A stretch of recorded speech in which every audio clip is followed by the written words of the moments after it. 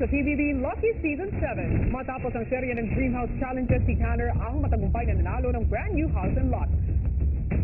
Nakakuha ng brand new house and lot. Congratulations, Tanner. At dahil sa naging public voting, isang miyembro ng Dream Team ang nabigo at tuluyan ng lumabas ng bahay. I'm sorry, Jerome. Magpaalam ka na sa mga housemates. Abangan ngayong gabi, bago pa man ang nangyaring eviction, tunghayan ang masayang Love Team Workshop ng Dream Team para sa pagdating nila Enrique Gil at Liza Soberano. Meron tayong 5 pair na magsisilbing love team.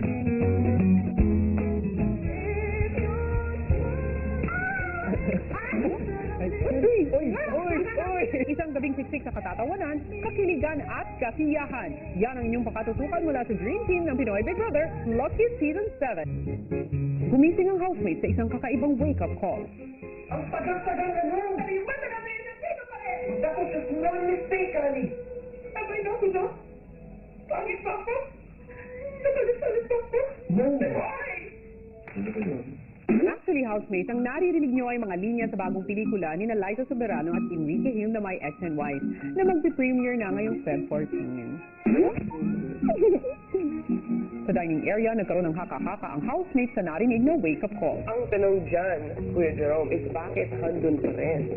Ang tagal pero handito pa rin. Siguro feeling ko nag-break yan, tapos nagkabalikan yung babae, hindi niya pa nililet go yung pinagsikan nila na. Baka best friend ni Boy. At friends pa rin sila. Bakit mo friend pa rin? Bakit nandito pa rin siya? Mamili ka. Siya o ako? Hugot sa kora, ha? Inati pa ni Kisses ang naririnig na linya.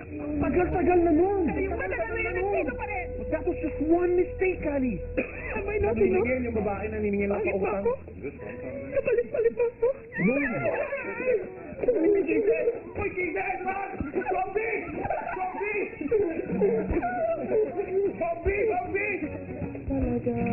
Di ba siya yun, Enrique Gil, tsaka si Liza? Parang din. Oh my gosh. Baka may ano niyan mamaya pupunta dito.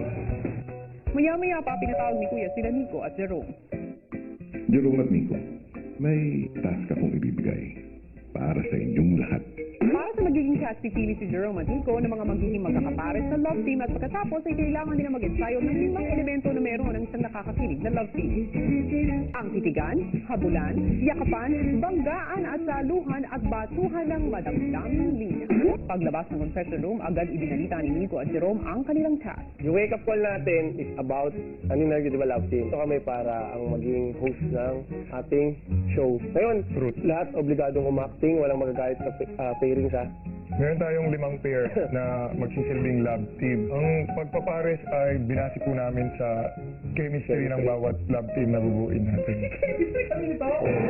Yung compatible, yung talaga pag nagtabi pa lang, alam mo na.